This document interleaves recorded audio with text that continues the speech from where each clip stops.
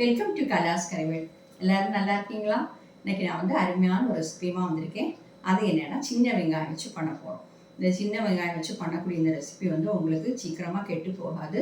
நாள் கணக்கில் வச்சுருந்து நம்ம சாப்பிட்லாம்.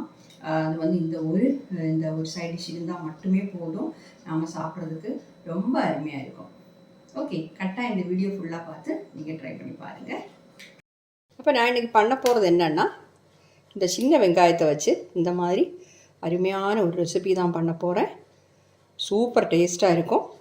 நீங்கள் வந்து கட்டாயம் ட்ரை பண்ணி பாருங்கள்.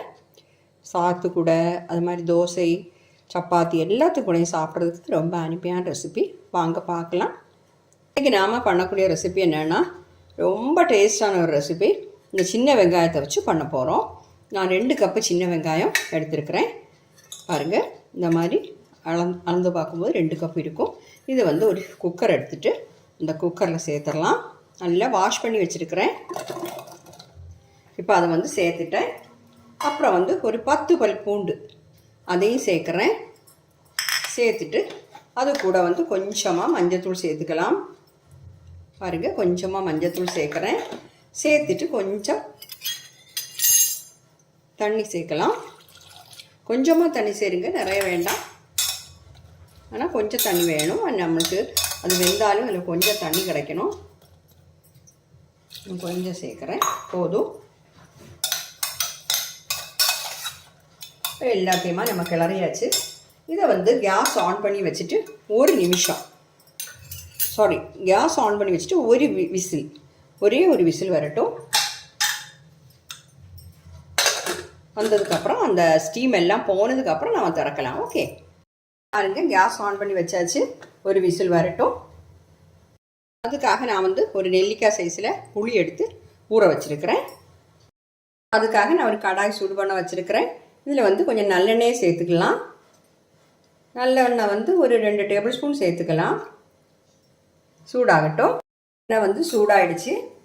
இதில் வந்து நாம் 1 டீஸ்பூன் கடுகு சேர்த்துடலாம். அப்புறம் வந்து ஒரு 1/4 டீஸ்பூன் வெந்தயம் வந்து கூடுதல் சேர்க்க வேண்டாம்.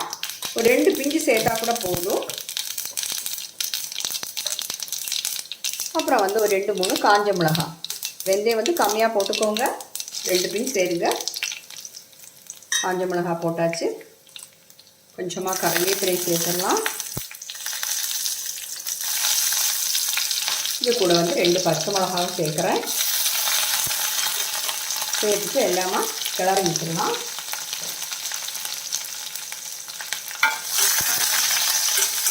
பச்சை மிளகாய் வந்து கொஞ்சம் வதங்கட்டும். பச்சை மிளகாய் வந்து கொஞ்சம் வதங்கிடுச்சு. இதில் வந்து நாம் கொஞ்சமாக பெருங்காயத்தூள் சேர்க்கலாம். ஒரு 1/4 டீஸ்பூன் சேர்த்துக்கோங்க. பெருங்காயத்தூள் தான் சேர்க்குறேன். ஃப்ளைம் வந்து இந்த டைமில் கம்மி பண்ணி வச்சுக்கோங்க. 1/4 டீஸ்பூன் போதும். அது கூட வந்து ஒரு 1.5 டேபிள் ஸ்பூன் மிளகாய்த்தூள் சேர்க்குறேன். காஷ்மீரி சில்லி பவுடர் தான் இது. நீங்கள் காரம் உள்ள மிளகாய்த்தூள்லாம் பார்த்து சேர்த்துக்கோங்க. எல்லாமே நல்லா சூடு பண்ணிடலாம். இந்த மிளகாய்த்தூளோட கலர்லாம் மாறி இருக்கும். இப்போ இதோட நம்ம எடுத்து வச்சுக்கூடிய புளியோட ஜூஸை சேர்த்துட்டோம். இது வந்து நல்லா கொதிக்கட்டும். நான் வந்து இப்போ ஃப்ளைம் கம்மி பண்ணி தான் வச்சுருக்கிறேன். இப்போ பாருங்கள், ஸ்டீம் எல்லாம் போயிடுச்சு. ஒரு விசில் வந்து நம்ம வெங்காயம் வந்து எப்படி இருக்குதுன்னு பார்க்கலாம். பாருங்கள், நல்ல பேர்ல் மாதிரி இருக்கும். இந்த மாதிரி நம்ம எடுக்கும்போது நல்ல வெந்தும் இருக்கும். பார்த்திங்களா, சாஃப்டாகவும் இருக்கும். ஆனால் இது நல்ல பேர்ல் மாதிரி இருக்கும், உடஞ்சிடாது. இப்படி இது முழுசாக இருந்தால் தான் இந்த நம்ம பண்ணக்கூடிய டிஷ்ஷுக்கு வந்து தனி டேஸ்ட்டு. ஓகே, இது கூட வந்து நாம் வேக வச்சுருக்கக்கூடிய பூண்டு, வெங்காயம் 2ஐயும் சேர்த்துடலாம்.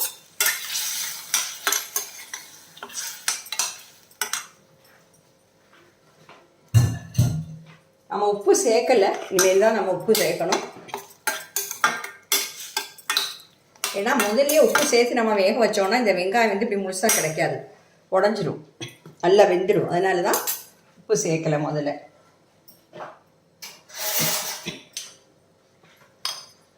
இப்போ கொஞ்சமாக உப்பு சேர்த்துடலாம். உப்பு புளியெல்லாம் டேஸ்ட்டு பார்த்துக்கோங்க.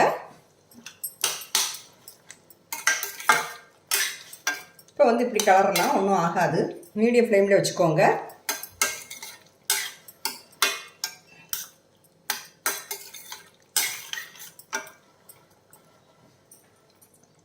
மீடியம் ஃப்ளேமில் வச்சு கொதிக்க வச்சிடலாம். இது வந்து நல்லா கொதித்து அந்த எண்ணெய் பிரிஞ்சு வரணும். அப்போ கொஞ்சம் கலரும் மாறி கிடக்கையும் சூப்பர் டேஸ்ட்டாக இருக்கும். பார்த்தீங்களா, கலரெல்லாம் மாறி எண்ணெயெல்லாம் பிரிஞ்சு வருது. நம்ம உள்ளி வேக வச்ச கொஞ்சம் தண்ணியும் அது மாதிரி அந்த புளி கரைச்சி விட்ட தண்ணி மட்டும்தான் நம்ம சேர்த்துருக்கணும். தண்ணியாக ஒரு நிமிஷம் கூட கொதிக்கட்டும். அதுக்கு முன்னால் நம்ம வந்து ஒரு அரை டேபிள் ஸ்பூன் வெல்லம் பொடி ஒன்று சேர்க்குறேன். அது சேர்க்கணும். என்னென்னா நம்ம புளிப்பு உப்பு காரம் எல்லாமே பேலன்ஸ் பண்ணும். வெல்லம் உங்கள் கையில் இல்லைன்னா நீங்கள் சுகர் கூட சேர்த்துக்கலாம்.